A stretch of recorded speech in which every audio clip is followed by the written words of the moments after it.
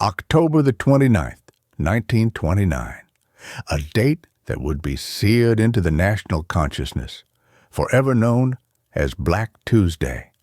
The great engine of American prosperity, the stock market, seized and then shattered.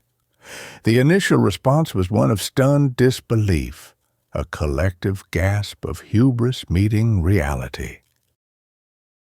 Within hours, a phantom fortune evaporated. $14 billion vanished into the ether. The Dow Jones Industrial Average, the very pulse of the economy, plummeted by a staggering 12%. A tidal wave of panic swept through the canyons of Wall Street. In a desperate frenzy, investors scrambled to unload their holdings, only to find a void where buyers once stood. The mental model that had defined a decade of unbridled optimism was suddenly, irrevocably wrong. By the middle of November, the losses had swelled to nearly $30 billion, an amount greater than the entire annual budget of the United States government. The Dow had lost almost half its value from its peak earlier that year. Titanic attempt to stabilize the hemorrhaging market. But it was a finger against a tidal wave. The cascade had begun. The seeds of this cataclysm were sown long before, during the dizzying highs of the Roaring Twenties. Beneath the shimmering veneer of jazz and flappers, the nation's economy rested on a foundation of sand. Banks, operating with little to no regulation, loaned money with reckless abandon. The market itself was not an investment vehicle, but a casino, fueled by wild speculation. Millions bought stocks on margin, borrowing up to 90% of the price, betting on a future that would never arrive. This was an age of staggering inequality. The wealthiest 1% of Americans controlled more wealth than the bottom 42% combined. Market manipulators would artificially inflate a stock, buy it up themselves, and then dump it onto an unsuspecting public. All the while, factories churned out more goods than people could afford to buy, and out in the heartland, farmers, already crushed by debt since the end of the Great War, were facing their own private ruin. When the market finally broke, it brought the entire fragile system crashing down. By 1933, the nation had reached its nadir. Unemployment soared to an unthinkable 25%. 15 million Americans were without work. 9,000 banks had failed, taking the life savings of millions with them. Homelessness became a national epidemic. Families took shelter in cars and crude shacks in sprawling slums bitterly nicknamed Hoovervilles. Those who lost their homes built makeshift huts from cardboard, tin, and scavenged refuse. In the heart of New York City, people slept in caves in Central Park. Men who had once built skyscrapers and managed offices now stood in line for a bowl of soup. Children left school, their childhood sacrificed to the desperate struggle for survival. The psychological toll was immeasurable. In 1932 alone, more than 23,000 Americans took their own lives, the highest number ever recorded. And for the farmers, another disaster was gathering.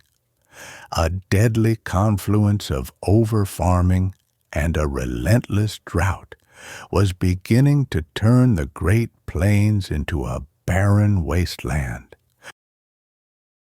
The dream of endless prosperity had been revealed for what it was, a fleeting illusion.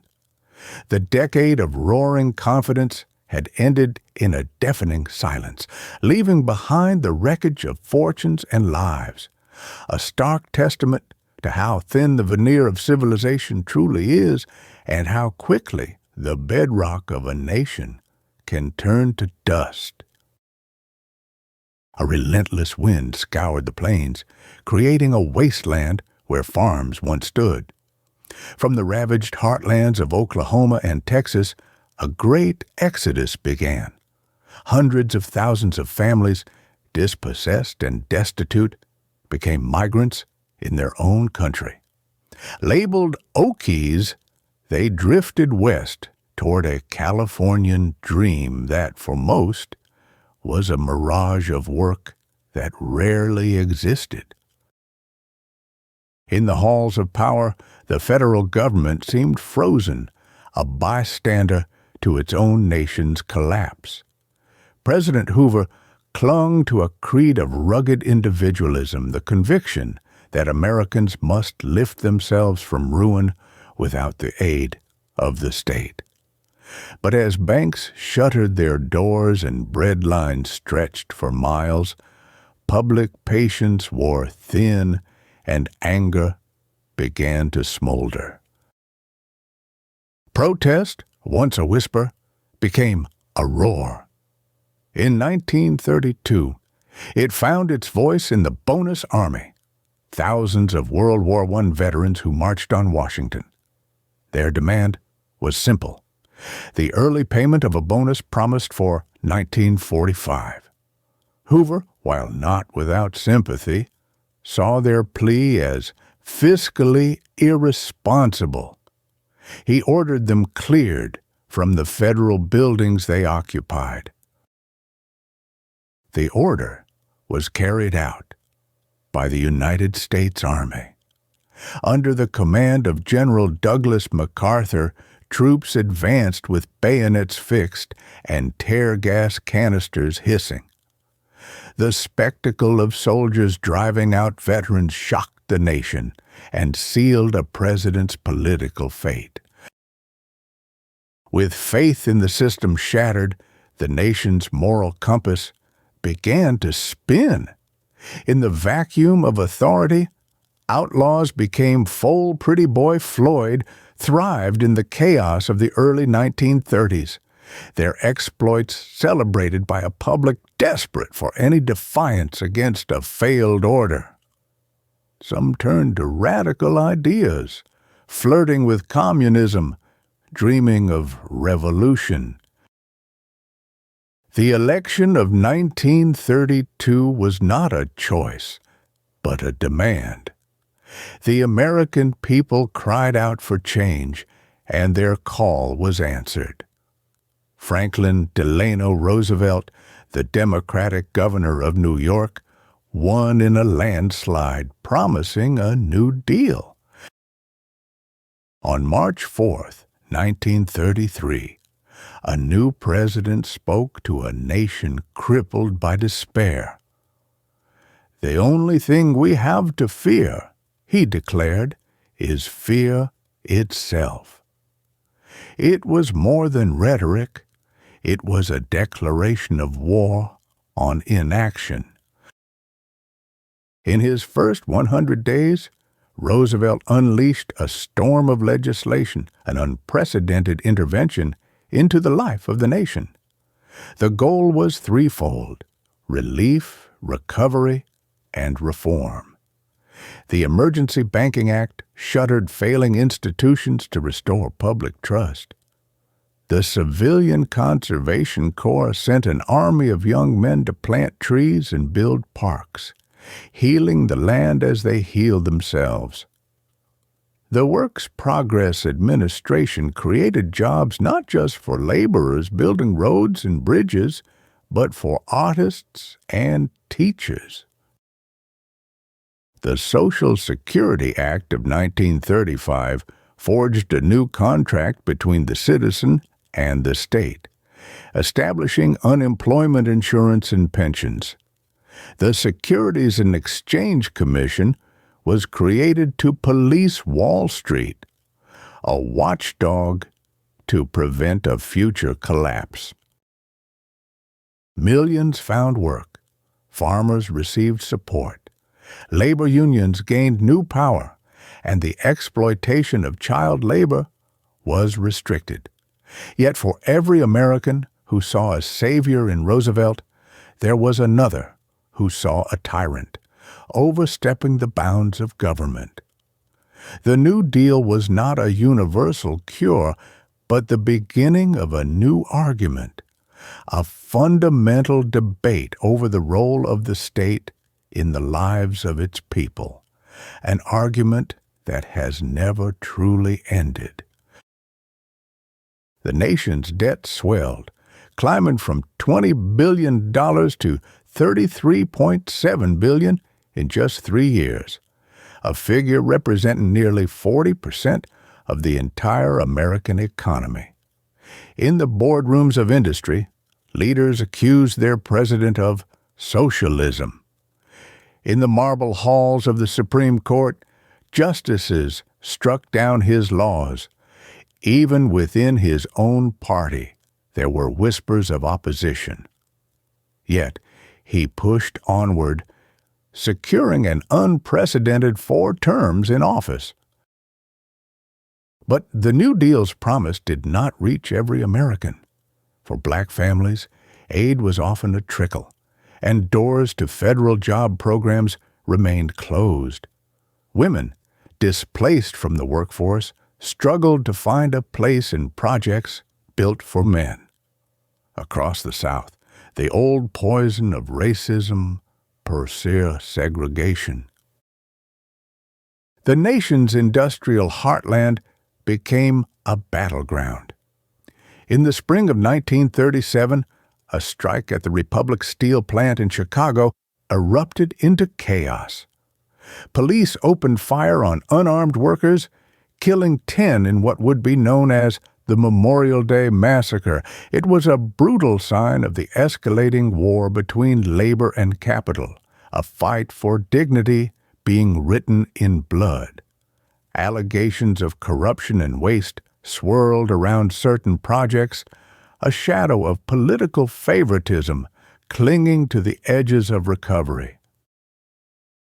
Despite these deep and painful flaws, something essential had shifted. Hope, so long absent, had been rekindled. By the close of the 1930s, the worst of the Depression had eased, but a full recovery remained agonizingly out of reach. And then, a crisis on a global scale arrived, a storm that would reshape the world. When German tanks rolled into Poland in 1939, America watched from a distance, clinging to neutrality. But by 1941, the nation was stirring, its factories beginning to hum with the production of arms, sending vital supplies to an embattled Britain through the Lend-Lease Act. On December 7, 1941, the distant war arrived with shocking violence at Pearl Harbor. In an instant, America was transformed. The economy did not just recover, it exploded.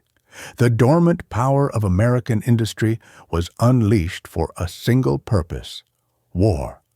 300,000 aircraft took to the skies. 102,000 tanks rolled off assembly lines.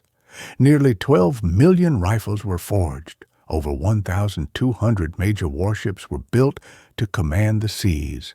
Factories ran 24 hours a day, 7 days a week. Unemployment plummeted to a staggering 1.2%. Millions of women entered the workforce, their strength and resolve immortalized in the image of Rosie the Riveter. The war effort forged a new, profound sense of national unity. And in the crucible of global conflict, the Great Depression finally met its end. The decade of despair had permanently redefined the role of government in the lives of its citizens.